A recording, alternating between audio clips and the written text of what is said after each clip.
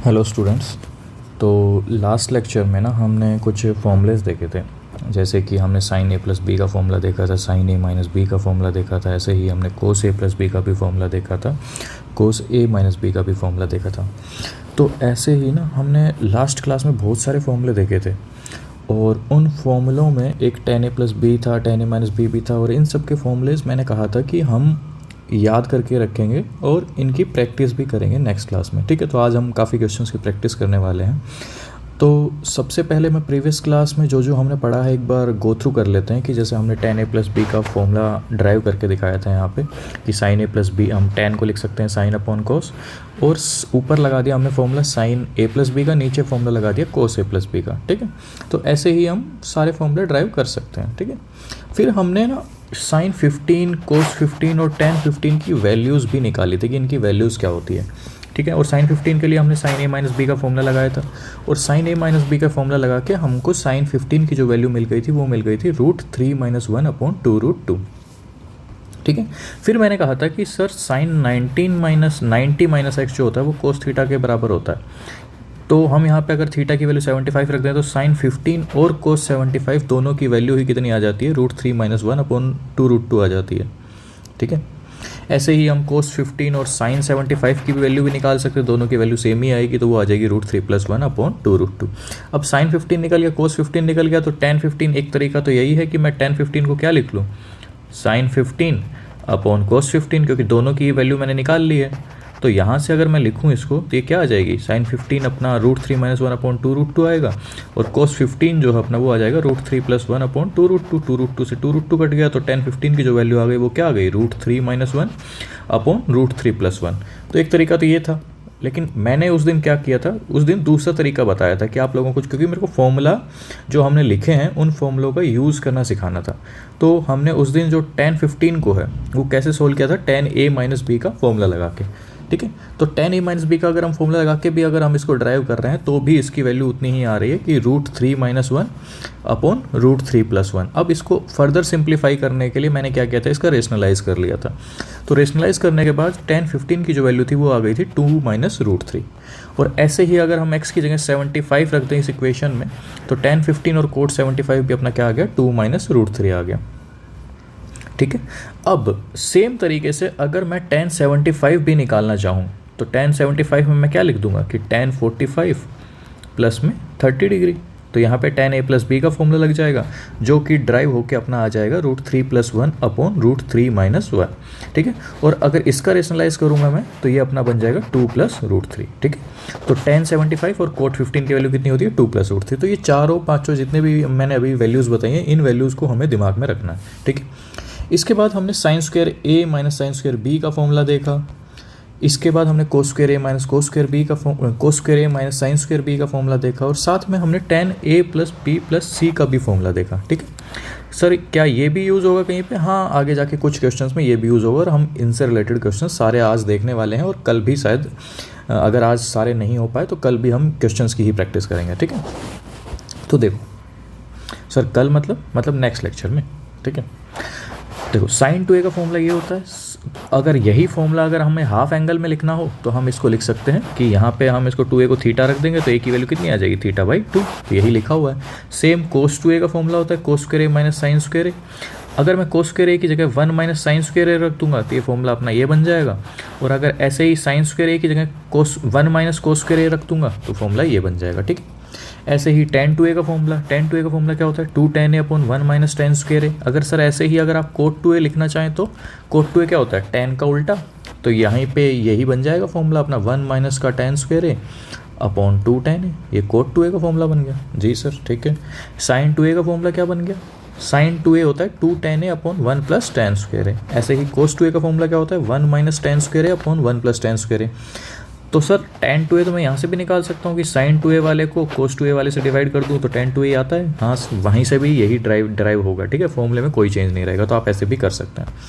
इसके बाद हमने ट्रिपल एंगल फॉर्मूले देखे कि साइन 3a की वैल्यू क्या होती है, कोस 3a की वैल्यू क्या होती है, tan 3a की वैल्यू क्या होती है। ठीक है, इसके बाद हमने कुछ 2 sin a cos b के फॉर्मूले देखे, 2 cos a sin b के देखे, 2 cos a cos b के भी देखे। ठीक है, तो हमने पिछली क्लास में जितने भी फॉर्मूलेस देखे वो सब काम के हैं और हमारे दिमाग में वो हमेशा रहने चाहिए। ठीक है, ये भी कुछ इंपॉर्टेंट फॉर्मूलेज हैं, इनका भी हम काफ़ी यूज़ करेंगे। ठीक, तो आज ना हम अभी तक कुछ वैल्यूज़ तो हम क्या क्या सीख चुके हैं। हम 15 डिग्री की वैल्यू देख चुके हैं कि साइन 15 कोस 15 टेन 15 क्या होता है। हम 75 का देख चुके हैं, ठीक है, कि साइन 15 कोस 15 क्या क्या होता है। तो अब हम देखेंगे कि कुछ और वैल्यूज़, क्योंकि बाकी जो 30 degree 60 degree 90 degree 0 degree 45 degree in सब की जो ट्रिग्नोमेट्रिक वैल्यूज़ हैं ये तो हम 10th क्लास में सीख चुके थे।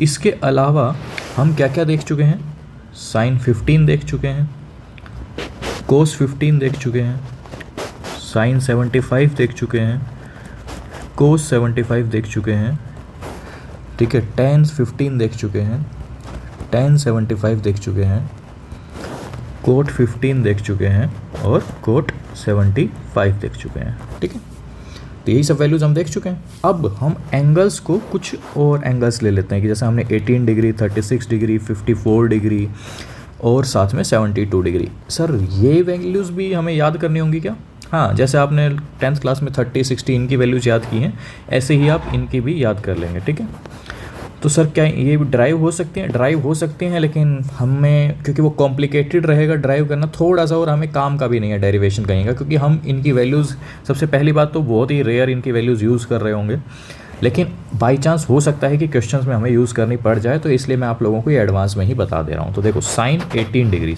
डिग्री की जो वैल्यू होती है वो √5 - 1/4 होती है। ठीक है, कोई दिक्कत यहाँ तक सर?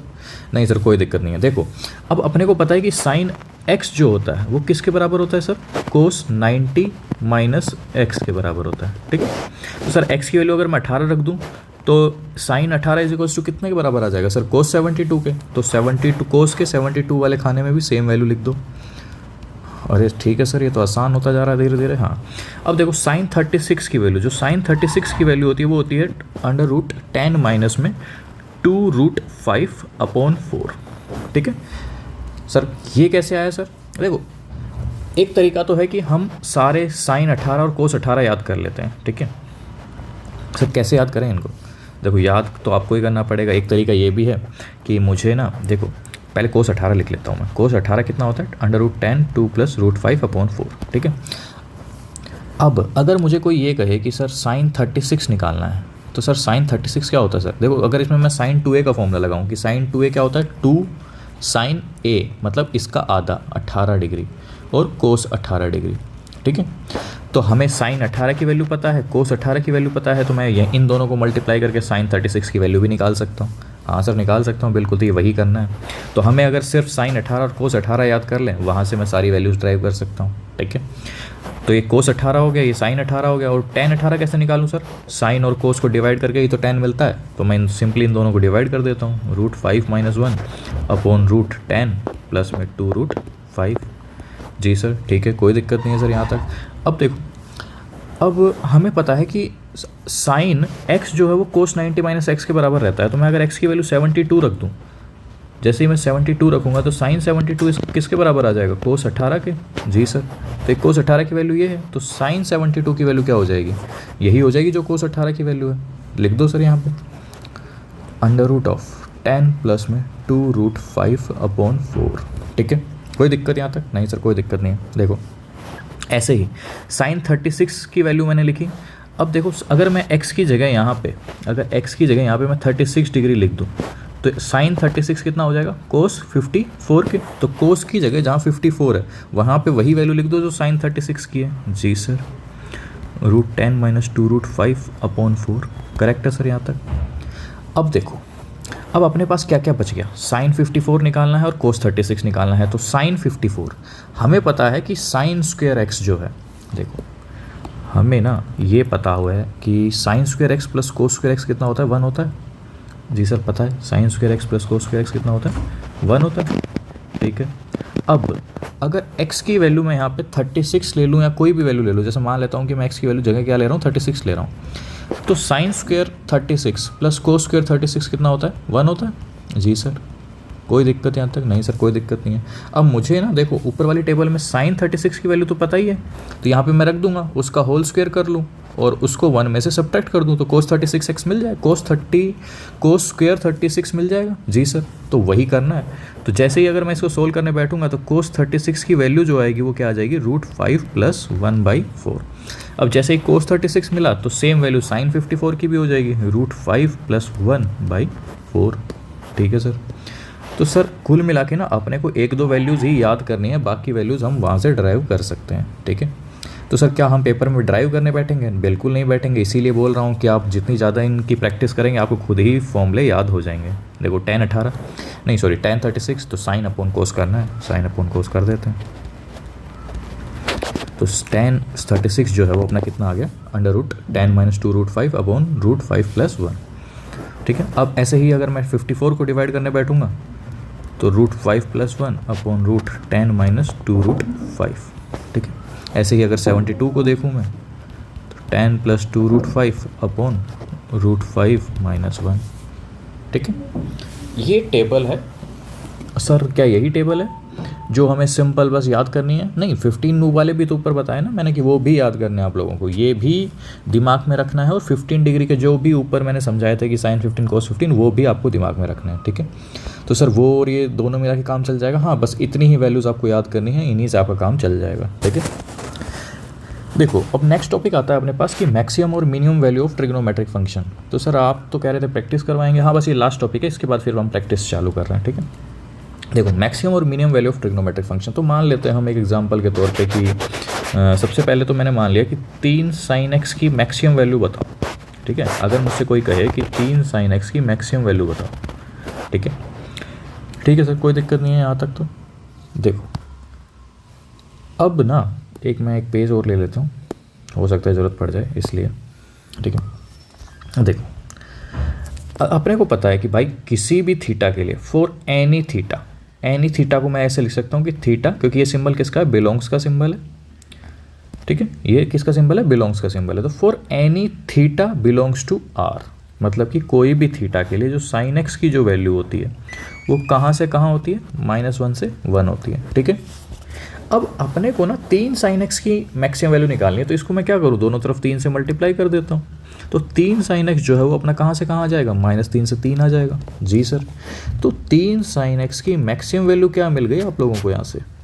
सर मैक्सिमम वैल्यू तो 3 ही हो गई ना। जी बिल्कुल, तो ऐसे ही ये तो अपने को सिंगल फंक्शन है, ये तो अपने को वैसे भी पता है क्योंकि मैंने पहले रेंज की आपको टेबल लिखवाई थी, डोमेन और रेंज के लिए ट्रिग्नोमेट्रिक फंक्शन जितने भी थे। ठीक है, और मैंने आपको बताया था कि डोमेन बेसिकली वो वैल्यूज़ होती है जो हम उस फंक्शन के अंदर सब्स्टिट्यूट कर सकते हैं। ठीक है, तो वो होती है डोमेन, और उन वैल्यूज़ को सब्स्टिट्यूट करके जो पॉसिबल वैल्यूज़ वहाँ से निकल के आ सकती हैं वो सब क्या होती हैं, रेंज। मतलब कि इनपुट, अगर एक मशीन की बात करूँ मैं, कोई मशीन है उसमें जो हम इनपुट डाल रहे हैं, ये मशीन अपनी, ठीक है, जो उसमें इनपुट डाल रहे हैं वो तो है डोमेन, और जो आउटपुट डाल रहे हैं, आउटपुट निकाल रहे हैं वो क्या है, रेंज। ठीक है, सिंपल टर्म्स में ये हो गया। देखो ऐसे ही अगर अपने से कोई ये कहे कि तीन तो छोड़ो, अब 3 तो एक पर ले लिया है, अब हम लेते हैं कि भाई 15/2 कोस x/2 की मिनिमम वैल्यू बताओ। सर आपने यहाँ पे तो x/2 लिख दिया। देखो भाई क्वेश्चन में अगर कुछ लिखा नहीं है ना कि x की जगह हम क्या ले सकते हैं, तो अगर x की जगह ऐसा कुछ मेंशन नहीं है तो इसका मतलब है कि x जो है वो r हो सकता है, कुछ भी, मतलब कोई भी रियल नंबर हो सकता है। जब सर x कोई भी रियल नंबर हो सकता है तो सर x/2 भी तो कोई भी रियल नंबर ही होगा। जब ये डोमेन ही r है, कि डोमेन क्या है, r है, कि हम कोई भी वैल्यू ले सकते हैं, तो हम सिंपल कह सकते हैं कि कोस x/2 किसी भी x के लिए कहाँ से कहाँ बिलोंग करेगा, -1 से 1 बिलोंग करेगा। तो जैसे ही मैं इसको 15/2 से मल्टीप्लाई कर दूंगा तो 15 कोस x/2 जो है वो भी अपना कहाँ से कहाँ वेरी कर जाएगा, -15/2 से 15/2 तक। ठीक है, अब मुझे ना इस पूरे फंक्शन की क्या निकालनी है, मिनिमम वैल्यू। तो इसकी मिनिमम वैल्यू मैं इस यहाँ से देख के ही कह सकता हूँ कि मिनिमम वैल्यू कहाँ से कहाँ आ रही है। इसका क्या मतलब है, बेसिकली जो मैंने ये लिखा है इसका मतलब क्लोज्ड इंटरवल की इसकी जो मिनिमम वैल्यू हो सकती है वो ये हो सकती है और मैक्सिमम वैल्यू जो है वो ये हो सकती है। तो मिनिमम वैल्यू क्या हो गई, -15/2। ठीक है, अब सर ये तो सिंगल फंक्शन थे। अब मान लो कि अपने पास ना एक फंक्शन इस तरीके का आ गया है कि A cos x plus B sine X, इसकी मैक्सिमम वैल्यू निकाल के दिखाओ। ठीक है, इसकी मैक्सिमम वैल्यू निकाल के दिखाओ। ठीक है, तो मान लेते हैं लेट वाई, हमने लिखा A cos x plus B sine X. ठीक है, ठीक है सर, कोई दिक्कत नहीं है। अब मैं क्या करता हूँ, जो इनके आगे कोफिशिएंट्स हैं ना, ए और साइन एक्स और कोस एक्स के आगे जो कोफिशिएंट्स है, मैं मल्टीप्लाई और डिवाइड करता हूँ पूरे फंक्शन को किससे, स्क्वायर रूट ऑफ इनके दोनों के स्क्वायर का एडिशन। जो कोफिशिएंट है उनका स्क्वायर किया, इसका भी स्क्वायर किया और इन दोनों का अंडर रूट ले लिया। ये ध्यान रखना है कि ये केवल तभी वैलिड करना है, ये जो तरीका मैं बता रहा हूँ आप लोगों को, ये जब तभी वैलिड होगा जब यहाँ पे फंक्शंस कितने हो, दो ही फंक्शंस हो। ठीक है, ऐसा नहीं कि फंक्शन अगर तीन हो गए कि आपने मान लिया आगे एक और फंक्शन आ गया कि सी और 10x, तो ये ऐसा कुछ नहीं वैलिड होगा। ठीक है, तो देखो जैसे ही मैंने मल्टीप्लाई और डिवाइड किया इससे, तो मैंने यहाँ पे मल्टीप्लाई कर दिया है।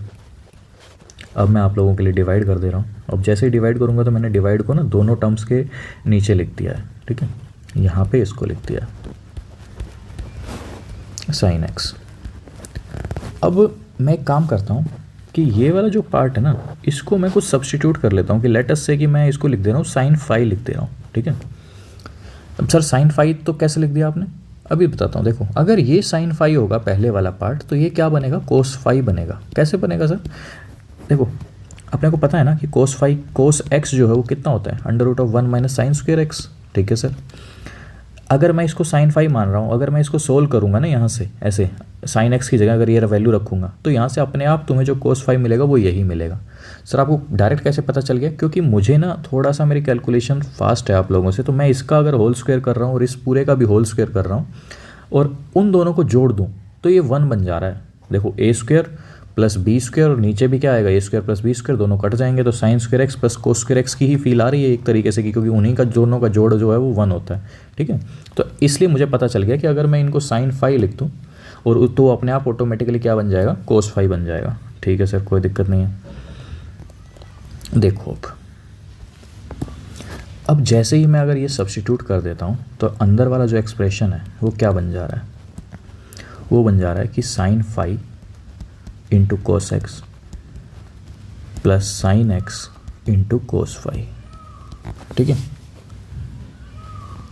और यहाँ से अपने पास जो है वो है साइन फाई जो है अपने पास वो है A upon root of A square plus B square, और जो कोस फाई है वो है अपने पास B upon root of A square plus B square. ठीक है, अब मैं इन दोनों को अगर डिवाइड कर दूं तो यहाँ से अपन ये भी कह सकते हैं कि टेन फाई जो है वो ए बाई बी भी है।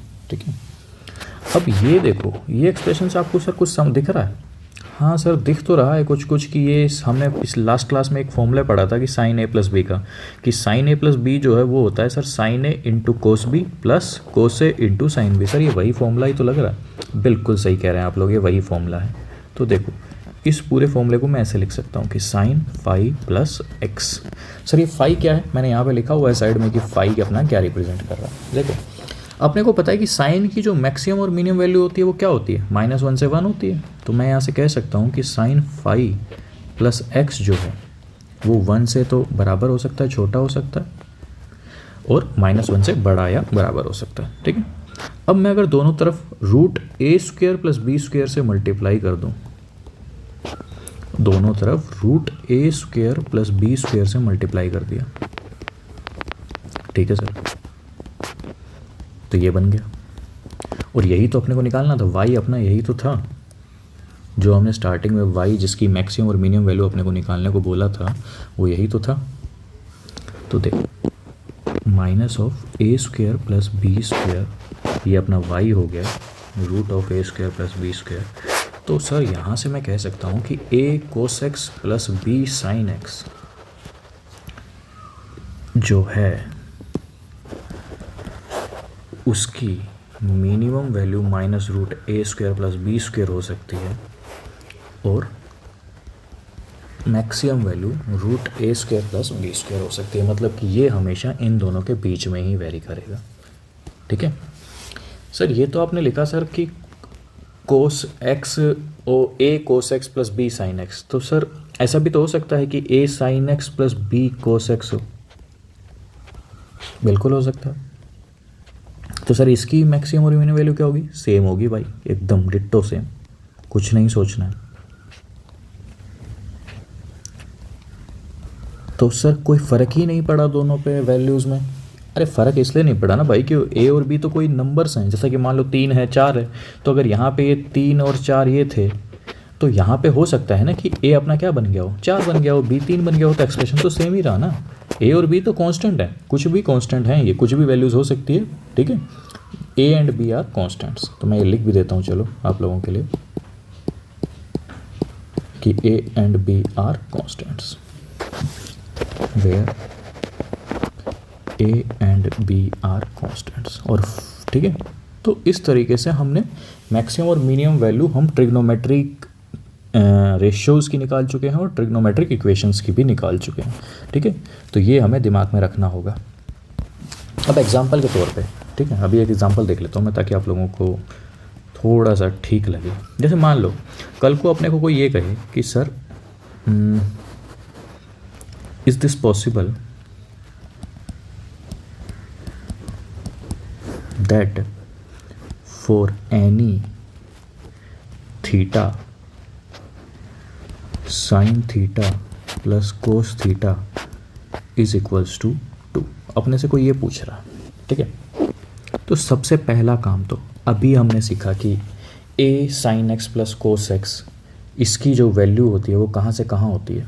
देखो, तो अभी मैंने फॉर्मूला देखा कि sir a sin x plus b cos x की जो वैल्यू है वो है root of A square plus B square से लेके minus of root of A square plus B square तक, ठीक है। इस केस में अपने पास जो ए और बी है वो 1 1 है, तो ए और बी अगर 1 1 है तो यहाँ पे मैं लिख देता हूँ कि ये अपना जो वैल्यू है, एक्स की जगह मैं थीटा रख देता हूँ क्योंकि क्वेश्चन में थीटा दिया हुआ है, इसलिए कि sign theta plus cos theta, ये अपना आ गया 1 स्क्वायर प्लस 1 स्क्वायर, ठीक है। तो इसकी जो वैल्यू आ रही है वो कहाँ से कहाँ आ रही है? Sign theta plus cos theta जो है वो वेरी कर रहा है -√2 से लेकर √2 तक, ठीक है। तो मतलब ये हुआ कि sign theta plus cos theta की जो मैक्सिमम वैल्यू है वो √2 हो सकती है, जो कि अप्रोक्सीमेट 1.414 होती है अप्रोक्स, ठीक है। तो 2 तो कहाँ ही जाएगा भाई, इसकी तो मैक्सिमम वैल्यू ही √2 हो सकती है। तो मैं यहाँ से डायरेक्ट कह सकता हूँ कि no, sine theta plus cos theta can never be equal to 2, क्योंकि इसकी मैक्सिमम वैल्यू कितनी है? √2, ठीक है। तो ये ऐसे क्वेश्चंस सोल्व करने में हमारी मदद करेगा, जो मैंने ऊपर आप लोगों को ये बताया कि ट्रिग्नोमेट्रिक एक्सप्रेशन की मिनिमम और मैक्सिमम वैल्यू हम कैसे निकाल सकते हैं, ठीक है। देखो, तो अब हम कुछ क्वेश्चंस की प्रैक्टिस कर लेते हैं जो हमने पहले सीख चुके हैं, उसी से रिलेटेड है, स्टार्ट करते हैं, ठीक है। देखो इस क्वेश्चन में ना, इस क्वेश्चन में अपने को कुछ डाटा दिया हुआ है। देखो भाई लोग, अपने को निकालना है ये वाला एक्सप्रेशन, ठीक है, 2 + 2 cos 4x, ठीक है सर, कोई दिक्कत नहीं। देखो अपन ने ना पीछे सीखा हुआ है कि सर cos 2x की जो वैल्यू है वो कितनी होती है, पता है आप लोगों को? नहीं सर, थोड़ा थोड़ा आइडिया तो है कि ये होती है 2 cos square x -1, ठीक है। कोई दिक्कत यहाँ तक? नहीं सर, कोई दिक्कत नहीं है। तो यहाँ पे अपने पास क्या है, 4x है, तो हम सिर्फ x की जगह 2x ही तो रखना है। तो जैसे ही x की जगह अगर मैं 2x रखूँगा तो cos 4x हो जाएगा, 2 cos square 2x हो जाएगा, माइनस का 1 हो जाएगा। करेक्ट है सर, यहाँ तक कोई दिक्कत नहीं है। 1 उठा के इधर आ गया तो 1 + cos 4x की वैल्यू जो है वो कितनी हो गई? 2 cos square 2x हो गया, ठीक है सर। अब ये देख लो, ये वाला एक्सप्रेशन जो है 2 प्लस में 2 मैंने बाहर निकाल लिया, यहाँ पे क्या बच गया? 1 + cos 4x, और यहाँ पे मैंने लिखा ही है कि 1 + cos 4x की वैल्यू क्या है, ये है। तो 2 + 2 × 2 cos square 2x, ठीक है। कोई दिक्कत सर? नहीं, कोई दिक्कत नहीं है। तो 2 प्लस में 2 × 2 कितना होता है? 4, और 4 × cos square 2x, तो यहाँ पे 4 का अंडर रूट तो कितना हो गया? 2 हो गया, और cos square 2x का अंडर रूट कितना हो गया? cos 2x। लेकिन अब हमें ना एक बात दिमाग में रखनी है कि यहाँ पे मॉडुलस आएगा, सर मॉडुलस क्यों आएगा? क्योंकि भाई लोग ना रूट ऑफ एक्स स्क्वायर जो है वो एक्स नहीं होता। बशर्ते अभी तक आपने 10th क्लास या 9th क्लास में जहाँ भी आप पढ़ रहे थे, आप अभी तक ये लिख रहे थे कि रूट ऑफ एक्स स्क्वायर जो है वो कितना होता है? एक्स होता है। लेकिन 11th क्लास में जब आप आ रहे हैं तो आपको ये पता होना चाहिए कि रूट ऑफ एक्स स्क्वायर जो है वो एक्स नहीं होता है। तो क्या होता है sir? Root of x square जो होता है वो मॉडुलस ऑफ एक्स होता है। मतलब सर इसका मतलब ये हुआ कि रूट ऑफ एक्स स्क्वायर जो है वो सर माइनस एक्स भी आ सकता है और रूट ऑफ एक्स स्क्वायर जो है वो प्लस एक्स भी आ सकता है, दोनों आ सकता है। ठीक है, इसका मतलब ये हुआ, तो इसीलिए मैंने यहाँ पे मॉडुलस लगाया है। ठीक है, तो सर ये पता कैसे चलेगा कि क्या है? देखो भाई, और अपने को ना ये दिमाग में भी रखना है कि मॉडुलस एक्स जो है ये एक्स के बराबर भी रहता है और माइनस एक्स के भी बराबर रहता है। मतलब सर, क्योंकि यही तो लिखा मैंने यहाँ पे, तो सर कब एक्स के बराबर रहेगा, कब माइनस एक्स के बराबर रहेगा? देखो, अगर एक्स जो है अपना अगर 0 या 0 से बड़ा है तो ये पॉजिटिव एक्स रहेगा, और अगर एक्स जो है वो नेगेटिव है तो ये माइनस एक्स रहेगा। ठीक है, ये अपने को दिमाग में रखना है। ये मॉडुलस, ये सिंबल जो है किसका है? मॉडुलस का, और ये मॉडुलस फंक्शन की ही प्रॉपर्टीज़ है। ठीक है, दिमाग में रखनी है इसको। तो सर यहाँ पे तो मॉडुलस तो लगा दिया, लेकिन अब ये खुलेगा कैसे? मॉडुलस तो हटेगा ही नहीं। देखो अभी हटाते हैं। देखो अपने को ना क्वेश्चन में दिया हुआ है कि 2x जो है वो कहाँ से कहाँ है? पाई से लेके 3π/2 तक है। जी सर, और इसका मतलब हो गया कि 2x जो है वो कौन से क्वाड्रेंट में है सर? 2x जो है वो थर्ड क्वाड्रेंट में है। 2x जो है वो थर्ड क्वाड्रेंट में है। ठीक है, और थर्ड क्वाड्रेंट में कोस क्या रहता है? थर्ड क्वाड्रेंट में कोस क्या रहता है? नेगेटिव रहता है सर। तो इसका मतलब ये हो गया कि सर ये पूरी वैल्यू जो है, ये पूरी वैल्यू जो है ये क्या हो गई? नेगेटिव। और अभी मैंने लिखा कि अगर x नेगेटिव होता है तो ये किसके साथ खुलता है? माइनस साइन के साथ। तो वो माइनस साइन के साथ खुलेगा सर। देखो खुलेगा कैसे सर? अभी देखो, यहाँ पे ये माइनस साइन के साथ खुलेगा, तो यहाँ पे मुझे लिख देना है कि -2 cos 2x। अच्छा सर, ये खोला है क्या? हाँ देखो, अब देखो, अब आगे चलते हैं अपन। 2 फिर बाहर निकाल लिया अपन ने, अब ये एक्सप्रेशन अपना आ गया 1 - cos 2x। ठीक है, क्वेश्चन में अब अपने को ना ये भी तो पता है कि cos 2x जो होता है वो सर 1 - 2 sin² x होता है। बिल्कुल सर, तो यहाँ से मैं कह सकता हूँ कि 1 - cos 2x जो है वो 2 sin² x के बराबर है क्या? जी सर, तो देखो, तो ये हो गया 2 × 2 sin² x। तो सर यहाँ पे तो फिर वही बन गया कि ये अपना 2 sin x का होल स्क्वायर बन रहा है। अब ये फिर दोबारा मॉडुलस ही आना चाहिए। हाँ बिल्कुल, यही मॉडुलस ही आएगा 2 sin x। तो सर ये खुलेगा कि नहीं खुलेगा? देखो, अब क्वेश्चन में ना अपने को वही दिया हुआ था कि 2x जो है वो पाई से 3π/2 तक होता है। तो ये 2x है, अगर मैं हर तरफ 2 से डिवाइड कर दूँ तो ये अपना एक्सप्रेशन जो है कहाँ से कहाँ आ जाएगा? π/2 से लेके 3π/4 तक। और इसका मतलब ये हो गया ना कि जो x है वो अब अपना कौन से क्वाड्रेंट में है? x जो है वो अपना अब सेकेंड क्वाड्रेंट में है, क्योंकि इसका मतलब क्या है? 90 डिग्री से 135 डिग्री तक। और सेकेंड क्वाड्रेंट में जो साइन x रहता है, सेकेंड क्वाड्रेंट में जो साइन x रहता है वो क्या रहता है? पॉजिटिव रहता है। तो सर मैं इस एक्सप्रेशन को डायरेक्ट लिख सकता हूँ कि ये यहाँ से कैसे खुलेगा? पॉजिटिव साइन के साथ खुलेगा। तो ये अपना आंसर हो गया। सर ये पॉजिटिव साइन के साथ कैसे खुला? क्योंकि मैंने ऊपर ही बताया है मॉडुलस फंक्शन में कि जो मोड x होता है वो x रहता है, x के बराबर रहता है जब x की वैल्यू पॉजिटिव हो। और यहाँ पे 2 sin x जो है वो अपना क्या आ रहा है? पॉजिटिव ही आ रहा है। तो इसीलिए मैंने डायरेक्ट मोड x को x लिख दिया। अगर ये यहाँ पे नेगेटिव आ जाता तो मैं इसके साथ माइनस लिख देता, और तो आंसर क्या हो जाता अपना? -2 sin x हो जाता। ठीक है, तो ये आप लोग समझ गए होंगे। बड़े ही हमने सरल तरीके से या आसान तरीके से हमने इस क्वेश्चन को देखा है। ठीक है, तो आप लोगों को ये समझ आ गया होगा। अब हम चलते हैं नेक्स्ट क्वेश्चन पे। देखो, तो नेक्स्ट क्वेश्चन में अपने को दिखा हुआ है कि सेक थीटा और कोसेक थीटा दोनों की अपने को क्या दी हुई है? वैल्यू दी हुई है। वैल्यू नहीं दी हुई, सॉरी, ये रूट्स दिए हुए हैं अपने को। सेक थीटा और कोसेक थीटा दोनों के क्या दिए हुए हैं? रूट्स दिए हुए हैं इस इक्वेशन के। ठीक है, तो देखो अपनी इक्वेशन क्या है? x² - ax + b = 0 है। इसके रूट्स क्या हैं? सर इसके रूट्स हैं सेक थीटा और कोसेक थीटा। कोई दिक्कत यहाँ तक? नहीं सर, कोई दिक्कत नहीं है। तो सिंपल सी इक्वेशन आपने लिखी है, बिल्कुल। देखो अब अपने को पता है कि अगर रूट्स ये हैं तो सम ऑफ रूट्स अगर मैं निकालना चाहूँ तो निकाल सकता हूँ। जी सर निकाल सकते हैं बिल्कुल। तो सम ऑफ रूट्स क्या होगा, minus times of coefficient of x, coefficient of x यहाँ पे माइनस का ए है, upon coefficient of x square जो कि 1 है। सेम अगर मैं प्रोडक्ट ऑफ रूट्स निकालना चाहूँ तो वो होता है sir constant term upon coefficient of x square. ठीक है सर, यहाँ तक कोई दिक्कत नहीं है मुझे। अब देखो सेक थीटा होता है 1 by cos theta, cosec theta होता है 1 बाई साइन थीटा। ठीक है, यहाँ तक तो कोई दिक्कत नहीं होगी आपको।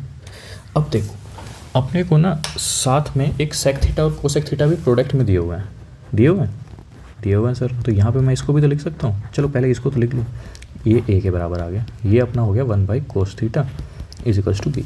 तो अगर यहाँ से मैं sine theta into cos theta की वैल्यू निकालूँ तो वो कितनी आ रही है सर, 1 बाई बी आ रही है।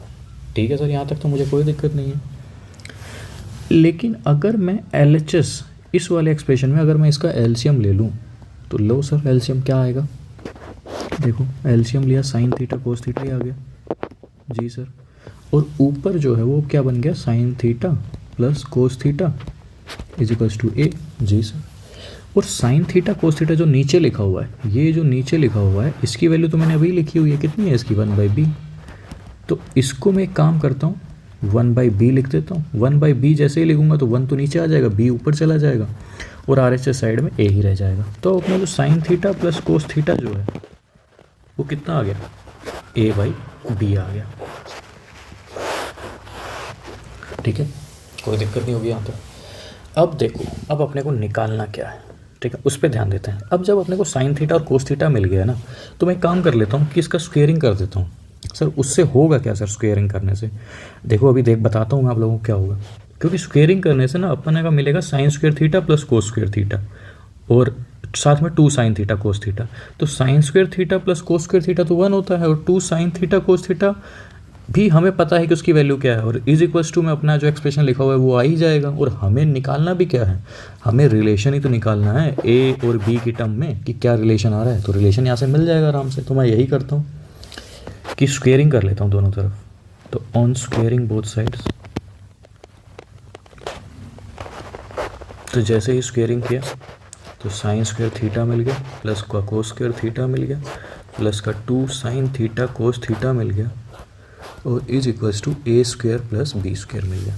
ठीक है, sine square theta plus cos square theta 1 होता है। अब 2 sine theta cos theta, sine theta cos theta की वैल्यू ऊपर ही लिखी है मैंने, कितनी है, 1 बाई बी है, is equals to A square plus B square है। करेक्ट है सर, कोई दिक्कत नहीं है। अब यहाँ पे मैं क्या करता हूँ कि दोनों तरफ बी स्क्वेयर से मल्टीप्लाई कर देता हूँ। जैसे ही दोनों तरफ बी स्क्वेयर से मल्टीप्लाई किया मैंने तो इधर वाले टर्म तो हट गई, ए स्क्वेयर के बराबर आ गया। और ये अपना एक्सप्रेशन क्या बन गया, b square plus 2b is equals to A square.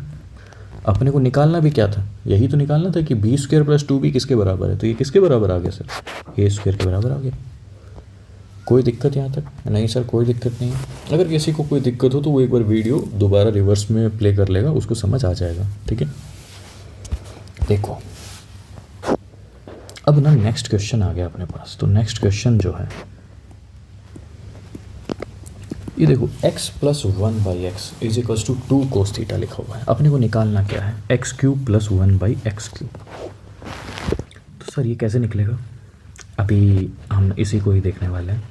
तो देखो x plus 1 by x is equals to 2 cos theta. ठीक है, दोनों तरफ क्या कर लेते हैं सर, स्क्वेयरिंग कर लेंगे। सर आपको ये डायरेक्ट कैसे पता चल गया कि स्क्वेयरिंग करनी है, भाई स्क्वेयरिंग नहीं करनी है, क्या करना है, क्यूब करना है। सर ये कैसे पता चला अब क्यूब करना है, क्योंकि आप ये देखो जो हमें निकालना है वहाँ पे एक्सपोनेंट क्या है, वहाँ पे एक्सपोनेंट 3 है। जब 3 अगर एक्सपोनेंट है तो हमें यहाँ पे क्यूबिंग ही करनी होगी, तभी तो 3 पे जा पाएंगे, नहीं तो जा ही नहीं पाएंगे। जी सर, तो सर पहले तो आप स्क्वेयरिंग कह रहे थे, वो इसलिए कह रहा था कि देख पाऊँ कि आप लोगों को ध्यान है कि नहीं। ठीक है, तो एक क्यूबिंग कर लेते हैं। तो जैसे ही क्यूब किया तो sir a plus B cube का ना एक फॉर्मूला होता है बड़ा आसान सा, a cube plus B cube plus 3ab into A plus b. Sir ये फॉर्मूला होता है क्या, हाँ बिल्कुल पढ़ा होगा आप लोगों ने 9वीं क्लास में। सर 9वीं क्लास तो ऊपर से ही चली गई थी, तभी मैं ये फॉर्मूले दोबारा लिख रहा हूँ, वरना मुझे ज़रूरत नहीं पड़नी चाहिए इन फॉर्मूलों को लिखने की। ठीक है सर, अब क्यूबिंग कर दिया दोनों तरफ। तो देखो 8 cos cube theta.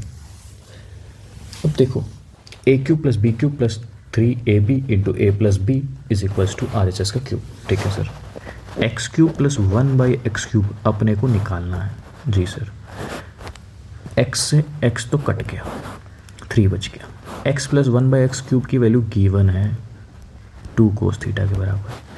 Are H S में जो दिया हुआ है वो दिया हुआ है 8 कोस क्यूब थीटा। जी सर। तो x cube plus 1/x cube की जो वैल्यू है वो कितनी हो गई सर? ये तो 6 कोस थीटा है सर। जी। ये सर क्या इधर 8 कोस क्यूब थीटा है। जी। तो सर हमें निकालना तो x cube plus 1/x cube था। बिल्कुल।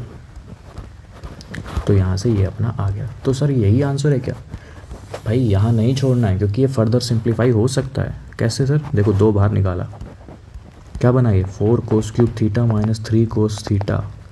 सर इससे हम कभी मिले हैं क्या? हाँ कल ही मिले थे इससे। कैसे सर? क्योंकि ये वही है भाई, बस ये अपनी यहाँ पे इसने क्या कहते हैं अपने हाथ पांव फैला दिए हैं और यहाँ पे सिकोड़ लिए हैं। तो देखो कोस 3 थीटा जो है वो क्या होता है sir? 4 cos cube theta minus 3 cos theta. ये कल ही हमने ट्रिपल एंगल फॉर्मूलाज में देखा था। जी सर देखा था, याद आ रहा है सर। तो ये जो एक्सप्रेशन है ये क्या बन गया? 2 कोस 3 थीटा। तो sir X cube plus 1/x cube की जो वैल्यू थी वो कितनी आ गई? 2 कोस 3 थीटा। ठीक है, कोई दिक्कत यहाँ तक? नहीं सर कोई दिक्कत नहीं। अब चलते हैं नेक्स्ट क्वेश्चन पे। तो सर ये नेक्स्ट क्वेश्चन तो थोड़ा सा बड़ा लग रहा है। बड़ा है लेकिन आसान है। ठीक है, अगर आप लोग करना चाहेंगे तो बड़े आराम से कर लेंगे। ठीक है, देखो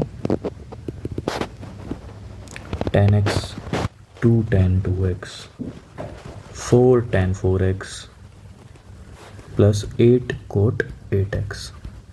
ठीक है, देखो सर एक जगह कोट है, बाकी 3 जगह टैन है। तो सबसे पहला काम हमें कोट वाले को ही करना है सॉल्व। ठीक है, क्योंकि 3 टैन है, ये तो एक जैसे ही दिख रहे हैं, इनको तो अभी क्यों ही छेड़े, जो दूसरा कलर का दिख रहा है उसको छेड़ते हैं। तो कोट दूसरे कलर का है सर। देखो यहाँ पे 4 है, यहाँ पे 8x है। तो सर यहाँ पे अगर मैं इसको 8 कोट 2x जहाँ लिखा हुआ है, इसको सर ऐसे भी तो लिख सकता हूँ ना, कोट 2 इंटू 4x लिख सकता हूँ। जी सर लिख सकते हैं। और अपने को पता है कि यहाँ पे ना मैं अगर कोट 2 थीटा का अगर फॉर्मूला लगा दूँ, जो कि मैंने आज सुबह भी रिवाइज़ किया है कि कोट 2 थीटा क्या होता है अपना 1 माइनस का tan square theta upon 2 tan theta होता है, क्योंकि tan 2 थीटा का ही तो उल्टा होता है कोट 2 थीटा। जी सर। तो अगर ये फॉर्मूला अगर मैं यहाँ पे लगा दूँ तो आप लोगों को कोई दिक्कत रहेगी?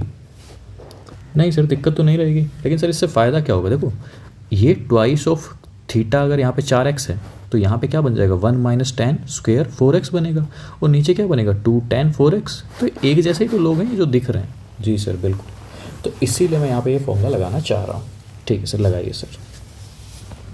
देखो tan x plus 2 tan 2x plus 4 tan 4x plus 8। अब जो कोट 8x था उसकी जगह मैंने यहाँ पे थीटा की जगह मैं क्या रख रहा हूँ 4x रख रहा हूँ। थीटा की जगह मैं यहाँ पे क्या रख रहा हूँ 4x। तो ये अपना क्या बन गया cot 8x is equals to 1 minus का tan square 4x upon 2 tan 4x। ठीक है, तो यहाँ पे इसकी वैल्यू रख दी मैंने। तो 1 माइनस का tan square 4x upon 2 tan 4x। कोई दिक्कत यहाँ तक? नहीं सर कोई दिक्कत नहीं है। 2 से इसको तो काट दिया, 4 आ गया। तो सर लास्ट वाले का अब एलसीएम ले रहे हैं क्या? बिल्कुल एलसीएम ले लेते हैं, अब कोई दिक्कत होनी नहीं चाहिए। ले लो सर। तो देखो लास्ट वाली अगर मैं 2 टर्म का अगर एलसीएम लूँ तो ये tan 4x है, इधर जाएगा तो 4 tan स्क्वायर 4x बनेगा, और इधर वाले जो टर्म है वो बनेगी 4 माइनस का 4 tan स्क्वायर 4x।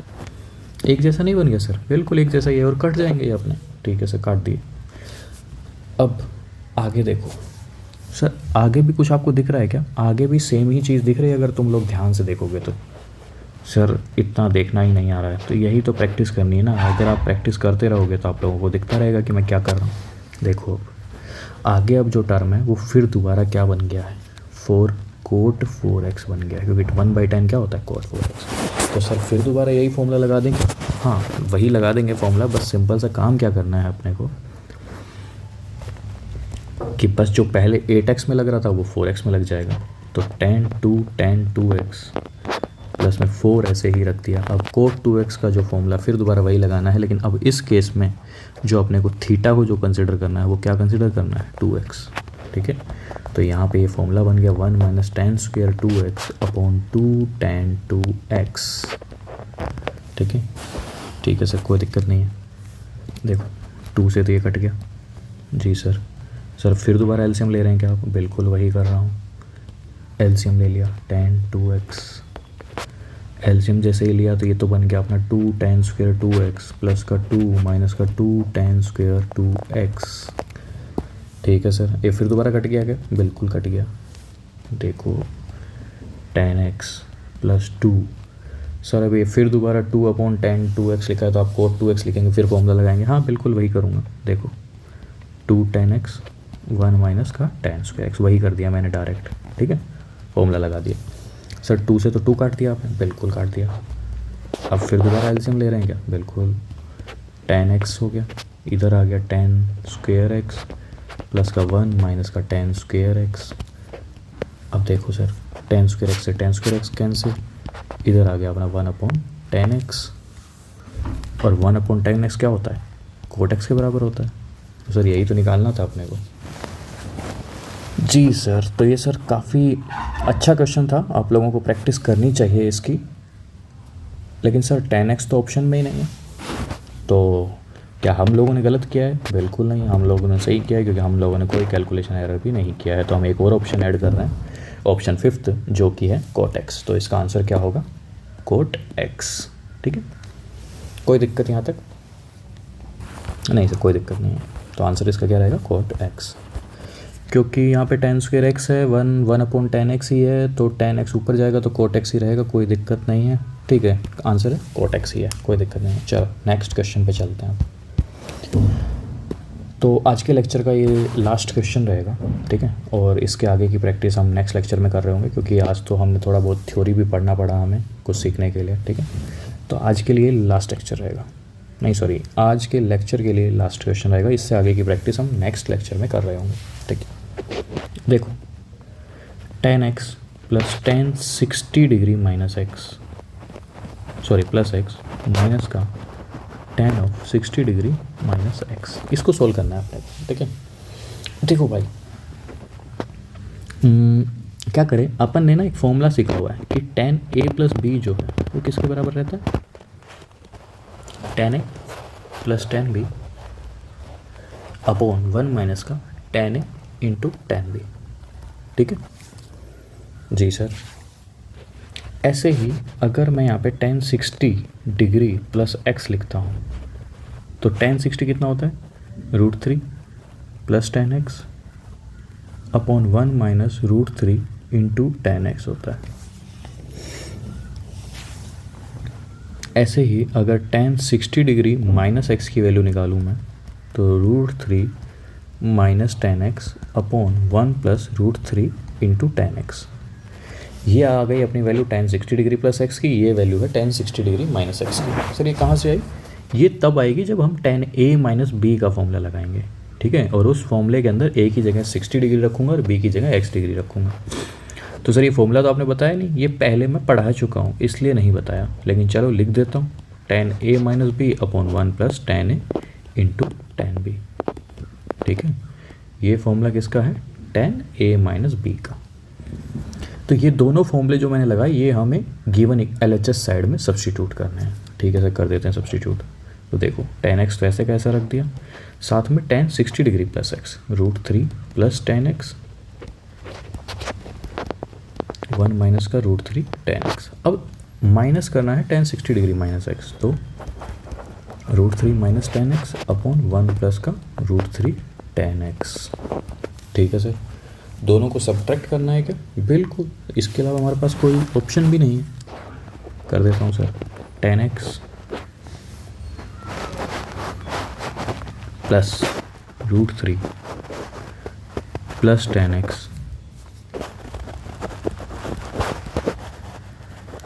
इंटू में 1 प्लस का √3 tan x। एल्शियम लेने पे ये इधर चला जाएगा, माइनस का √3 माइनस का tan x।